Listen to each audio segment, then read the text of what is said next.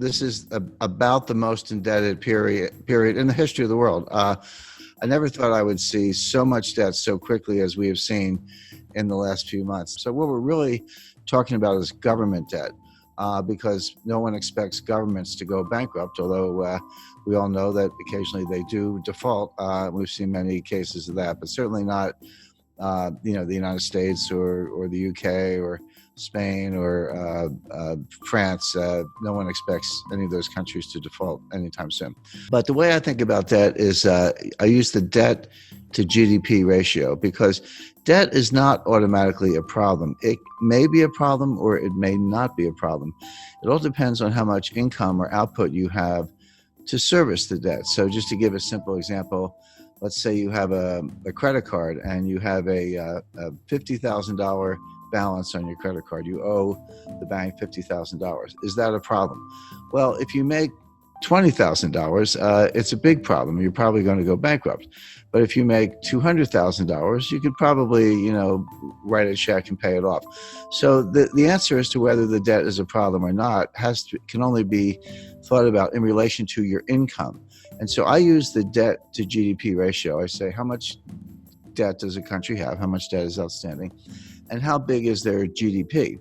And when you use that ratio, if you're at, say, 30% or even 40%, that's a comfortable ratio. Yes, you have some debt, but you also have, say, a strong economy and your ability to service the debt by collecting taxes or other sources of revenue is very reasonable, and that debt level is sustainable.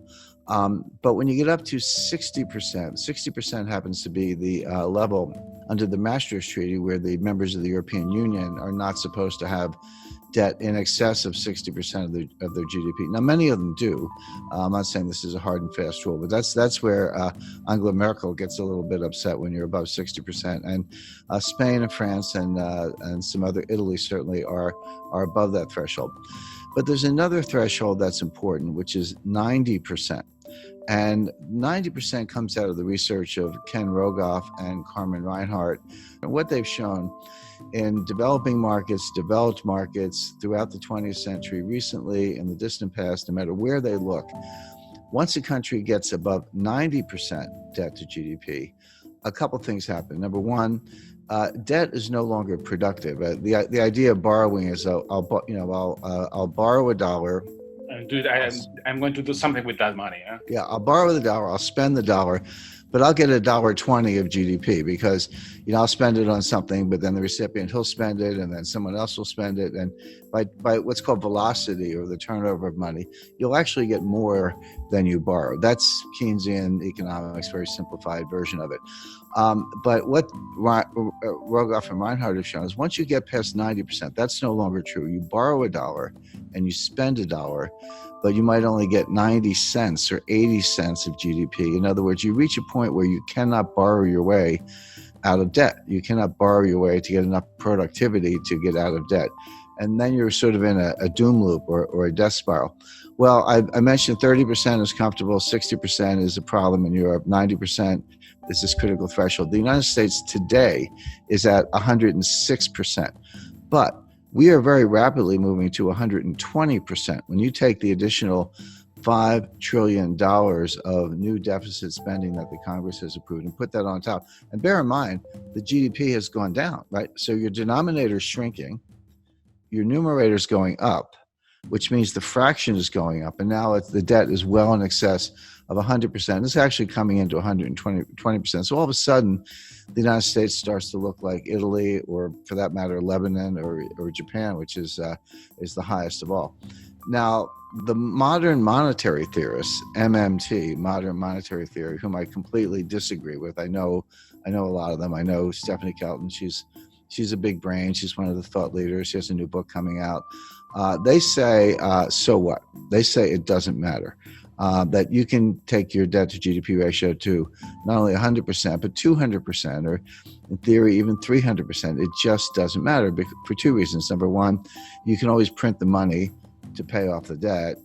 By the way, everything I'm talking about does not apply if you're borrowing in a different currency. If you're Argentina and you print pesos, but you're borrowing in dollars, that's a problem because you can't print dollars.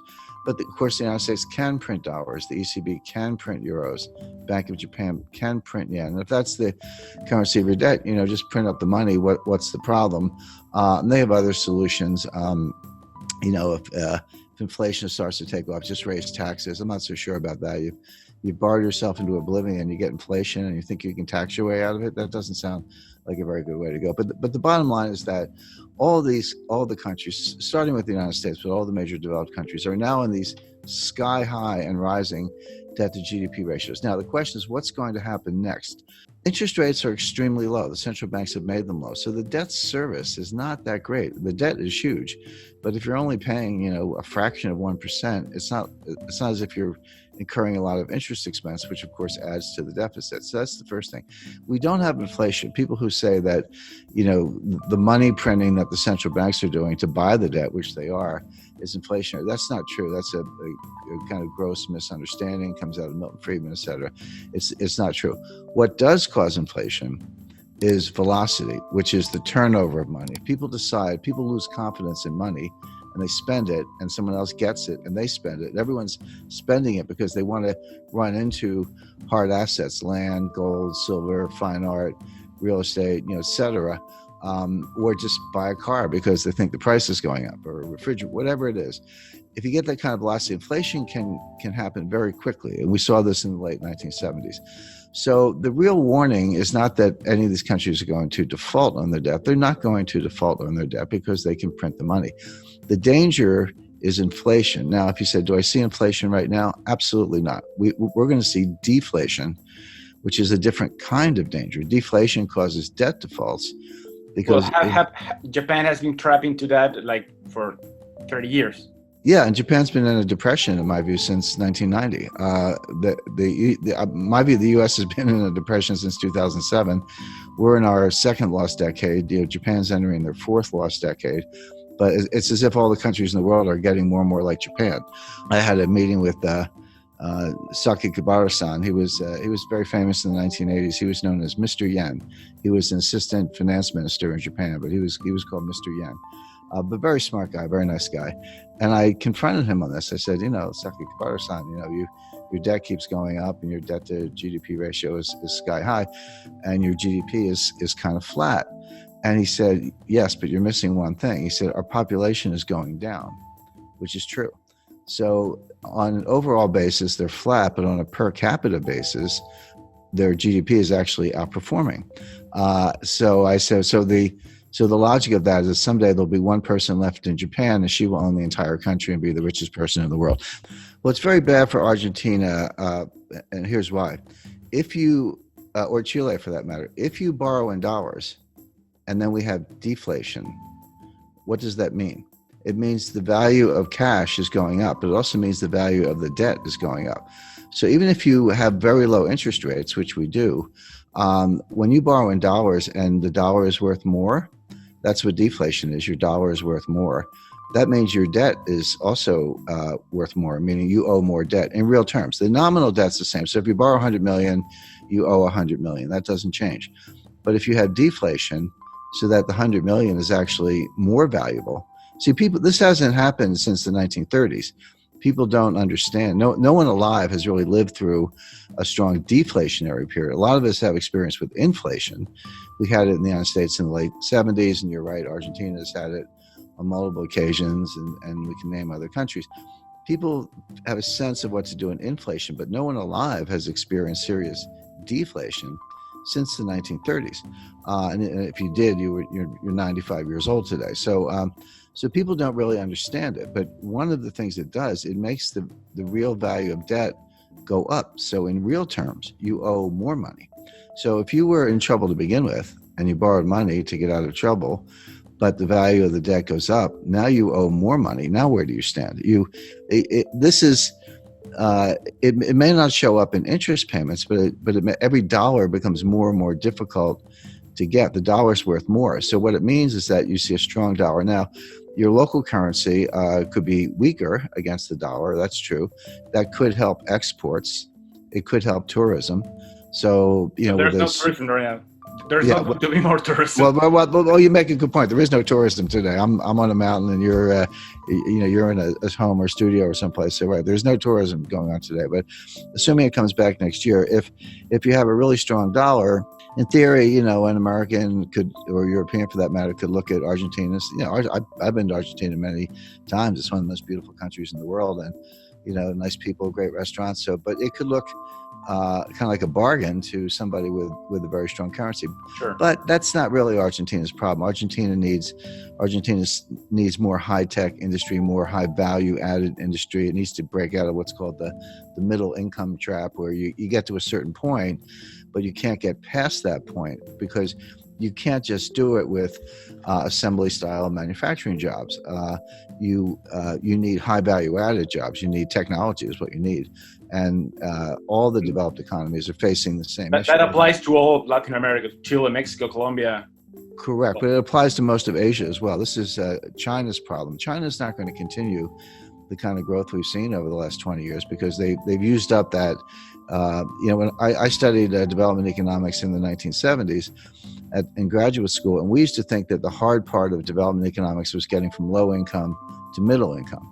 And then we say if you get to middle income, it's a straight path to high income.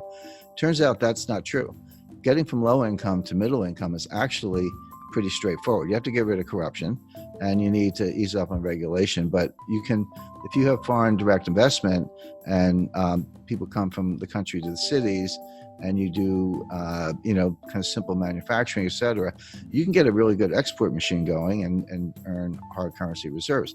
So that part's easy. The hard part is getting from middle income to high income, because it turns out you can't just do more of the same. You actually need more high value added. You need technology today, and that's what I would advise every country to be working on, including Argentina, where the Argentina has a very very highly educated workforce. I mean, Argentina would be a good case to why don't we make iPhones in Argentina instead of China, and we're going to bust up. The United States is going to bust up the supply chain to China. We're going to shut over time. Won't happen overnight, but we're going to pull those factories out or shut them down and move them elsewhere. So the question is, if I were advising any developing economy, I would say, how can I become a supplier to the United States? If they're going to get rid of China, which we are for a lot of reasons, I'd want to be in the list. And we're actually looking at Jordan as a country that could make cell phones.